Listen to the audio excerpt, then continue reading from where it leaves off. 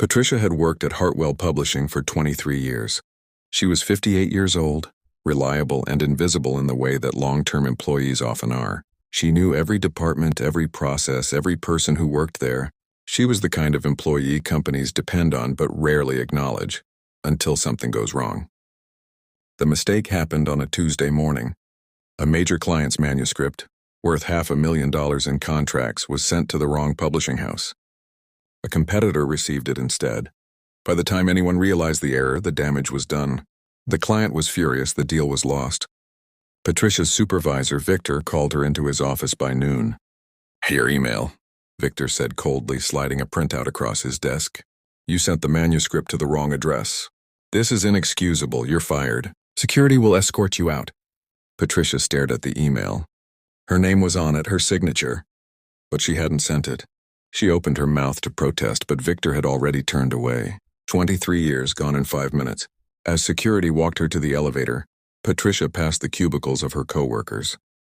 No one met her eyes. No one said goodbye. She was already forgotten.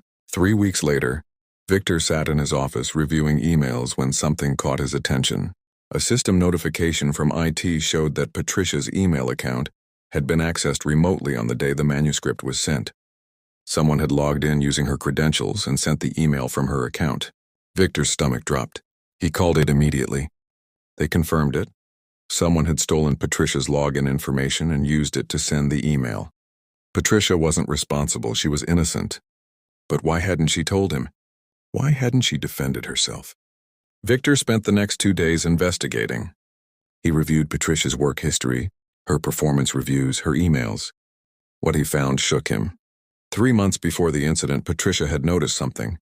Her young coworker, Nathan, had been making mistakes. Small ones at first, then larger ones. Nathan was brilliant but struggling. He'd recently moved in with his elderly mother who had Alzheimer's. He was working full-time while being her primary caregiver at night. He was drowning. Patricia had quietly begun checking his work before it went out. She'd been covering for him, staying late, fixing his errors without complaint. She'd never said a word to anyone. Then came the day Nathan, exhausted, desperate, terrified of losing his job, had stolen Patricia's login credentials. He'd planned to send the manuscript himself but made a mistake with the email address. When he realized what he'd done, he panicked and deleted the evidence from his own account, not knowing his access of Patricia's email would be logged. Nathan had come to work the next day expecting to be fired. Instead, Patricia had been fired. Victor found Patricia's contact information and called her. "I know what happened," Victor said without preamble. "Nathan used your email. You didn't send that manuscript." There was silence on the other end. "Why didn't you tell me?" Victor asked. "Why didn't you defend yourself?" Patricia's voice was quiet when she finally spoke. "Nathan has a mother with Alzheimer's. He's her only family. If he lost his job, she'd have to go into a facility he can't afford. She'd be alone." "So you sacrificed your career?" Victor was incredulous. "I sacrificed a job," Patricia corrected gently. "I have savings, I have options. Nathan has nothing. His mother needs him. So yes, I took the blame." Victor felt something break open in his chest. "Come back," he said, "please. I'll fire Nathan and promote you and—" "Don't fire Nathan," Patricia interrupted. "Talk to him, help him. That's what he needs." 2 weeks later, Patricia returned to Hartwell Publishing, but not in her old position. Victor created a new role for her, Director of Employee Wellness. Her first project was implementing flexible scheduling for employees with family caregiving responsibilities. Nathan stayed. He got counseling, adjusted his hours, and with Patricia's mentorship became one of the company's best employees.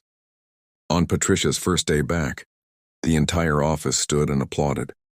23 years of invisible loyalty had finally become visible. But Patricia wasn't thinking about the applause.